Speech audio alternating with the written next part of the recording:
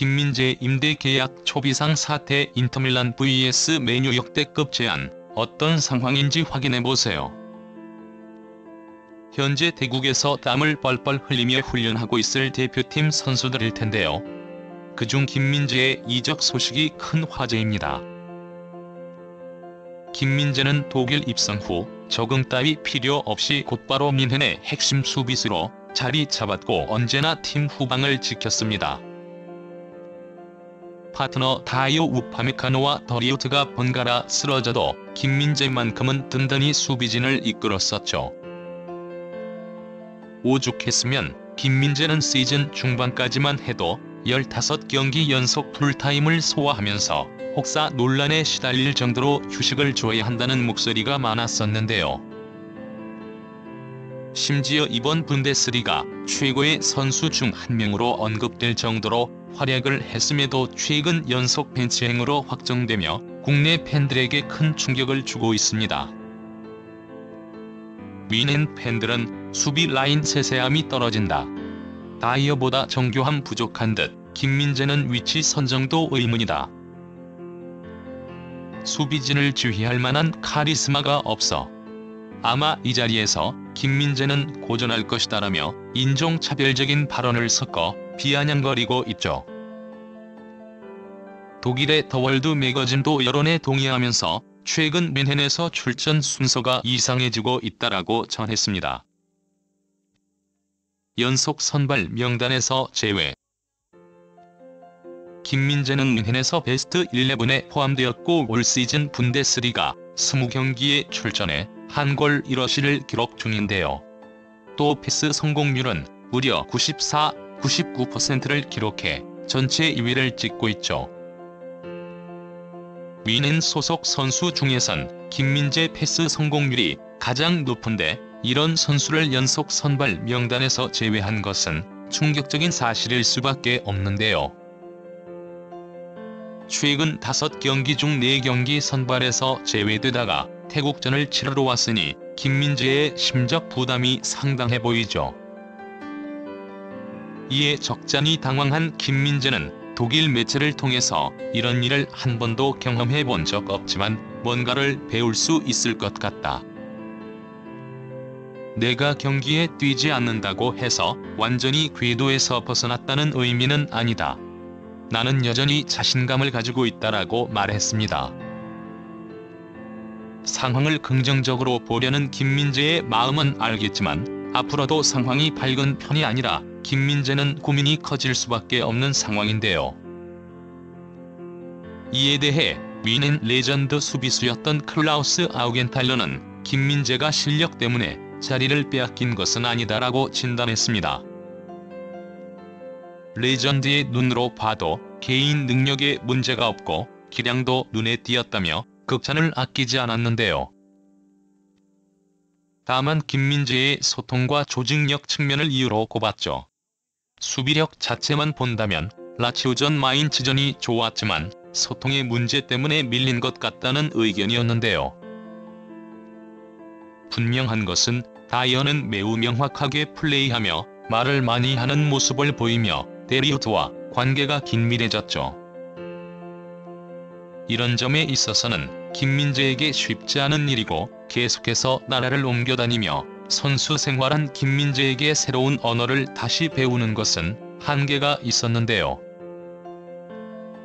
개인 기량이 아무리 좋다고 해도 소통 부재로 인해 조직력을 놓친다면 김민재를 쓸 수 없다는 것이죠. 메뉴에서 최고 수준 선수 영입 준비. 그렇지만 김민재는 여전히 죽지 않았습니다. 뮌헨에서 김민재의 잇단 선발 제외와 함께 자연스레 이적설이 꾸준히 언급되고 있죠. 뮌헨 감독만 배신했을 뿐이지 여전히 빅클럽에서는 킴을 외치며 김민재의 눈독 들이고 있는데요. 해외 여러 언론에서도 이에 대해 이미 보도하고 있는 중입니다. 영국 유나이티드 인 포커스는 메뉴는 유명 선수나 선수 명성에 초점을 맞추는 대신 잠재력에 초점을 맞출 것이다. 김민재는 지난 여름 이적 시장부터 강력한 메뉴 이적설이 있었다고 언급했습니다. 메뉴는 지난 여름 이적 시장에서 수비진 보강에 실패했었기 때문에 올여름 이적 시장에서 수비수 영입이 거의 확실한데요. 사실 이번 메뉴 여름 이적 프로젝트는 언제든지 팔아도 괜찮을 만한 젊은 유망주들을 영입할 계획이었지만 벤치에 앉아있는 김민재의 모습을 보며 영입 정책을 확고한 최고 수준 선수 영입으로 기꺼이 예외를 두려고 하고 있습니다. 브렌트 웨이트나 안토니오 실바 같은 수비 유망주 영입에서 최고의 벽으로 전환할 계획이죠. 그만큼 김민재를 수년 동안 지켜본 클럽이라면 욕심을 내서라도 데려가고 싶을 텐데요. 인터밀란 임대 영입 추진. 한편 세리에 압도적 1위인 인터밀란도 수비수 영입이 절실합니다. 주전 센터백인 아체르비가 나폴리의 제수스에 대해 인종차별 행위를 해서 징계 위기에 몰렸기 때문이죠. 특히 이탈리아 현지에서는 이번 사건에 대해 심각하게 지켜보고 있는 상황이라 징계 가능성이 높은데요. 또 한 가지의 가능성은 김민재는 인터밀란에 관심을 받아왔었고 2022년을 포함해 지난 몇 년 동안이나 관심이 이어졌었죠. 현지 언론들은 인터밀란이 첼시에서 로멜로 루카쿠를 영입했던 것처럼 그와 비슷하게 김민재를 임대 영입할 것이다라며 심도 깊게 전했는데요. 아무래도 김민재가 현재 바이에른 소속이기에 이론상으로 영입을 가능하게 하기 위해 임대라는 단어를 집어넣은 것으로 보입니다. 과거 김민재를 이탈리아 세리에 A 클럽들에 추천했던 유명 에이전트도 최근 화제가 된 김민재의 인터밀란 이적설에 대해 다시 입을 열었는데요. 마르코 에이전트는 스포츠 이탈리아와의 인터뷰에서 김민재는 확실히 이탈리아의 변화를 가져올 선수이다라며 난 김민재가 다른 이탈리아 클럽과 마찬가지로 인터밀란에게도 훌륭할 거라고 생각한다. 그는 빠르고 헌신적인데 이는 현대 축구의 기본적인 특징이다라고 말했습니다. 이 소식에 해외 축구 팬들은 역시 김민재를 알아주는 곳은 수비의 나라인 거라며 크게 호응하고 있는데요. 투엘 감독의 고민. 이러한 반응에 투엘 감독이 큰 고민에 빠졌습니다. 만약 김민재를 잃게 된다면 계속 다이어를 핵심으로 써야 하는데 사실 다이어는 그럴 만한 선수가 아니기 때문이죠. 실질적으로 다이어는 최근 나쁘지 않은 모습을 보인 것은 맞지만 개인적인 스탯 등은 지극히 평균적이었는데요. 상대 공격수와 1대1 싸움이나 공중물 경합 등에서 압도적인 모습을 보이지 못했습니다. 또 챔피언스 리그와 독일 분데스리가 중요한 경기에서 동료들과 호흡을 잘 맞춘 건 사실이지만 김민재를 뛰어넘는 맹활약을 보였다고 판단하기 힘든 경기력이었는데요. 다이어는 회피형 센터, 지시형 수비수, 방목형 수비 등 수비수로는 꽝인데요.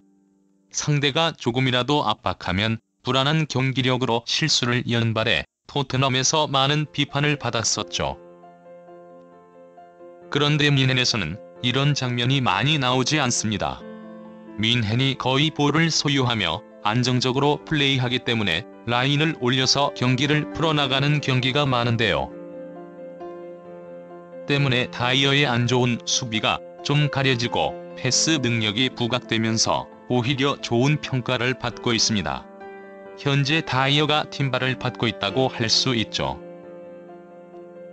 토마스 투엘 감독은 뮌헨이라는 팀 특성상 후방에서부터 볼을 잘 연결해 줄 수 있는 수비수를 원했고 뎁스가 부족한 센터백 라인을 채워줄 발밑 좋은 수비수로 다이어를 낙점한 것으로 보이는데요. 그래도 다른 외신들은 투엘 감독의 선택이 너무 섣부르다면서 김민재는 전투적인 플레이 스타일과 박사 안에서 적극적인 존재감으로 끊임없이 변화하는 선수다라며 김민재를 놓치면 안 된다고 일침을 가했습니다.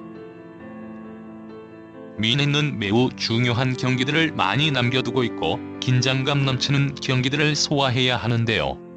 토트넘 시절부터 꾸준히 안정된 모습을 보이지 못했던 다이어가 더 큰 경기들을 계속 잘 치를 수 있을지는 앞으로 지켜봐야 한다는 것이죠. 전력차가 확실히 나는 리그 팀들과 경기에서 운영이 쉬울 때만 좋을 뿐, 앞으로 챔피언스 리그와 같은 유럽 내강 팀과의 경기에서 빌드업 하나 믿고 뒷공간 커버가 안 되는 다이어의 출전은 너무도 리스크가 클 것이 뻔하기 때문입니다. 다이어는 발이 느리고 수비적인 스킬이 부족해서 다이어에게 계속 수비적인 역할을 맡게 하는 것은 굉장한 위험한 일이 될 수밖에 없는데요. 만약 계속해서 투엘 감독이 다이어를 고집한 큰 물고기를 결국 놓치게 되고 팀의 수비는 뚫리고 말 것입니다. 해외 축구 전문가들은 김민재는 주력과 좋은 포지셔닝을 갖고 있고 또 중원까지 공을 잘 운반한다. 패스는 엘리트 수준이며 가로채기 비율이 상위 5대 리그 선수 중 99번째 100분위 안에 있다고 설명했는데요. 남주기는 아깝고 내가 쓰기는 탐탁치 않은 상황에 투엘이 김민재에 대해 어떤 결정을 내릴지 관심이 주목되고 있습니다.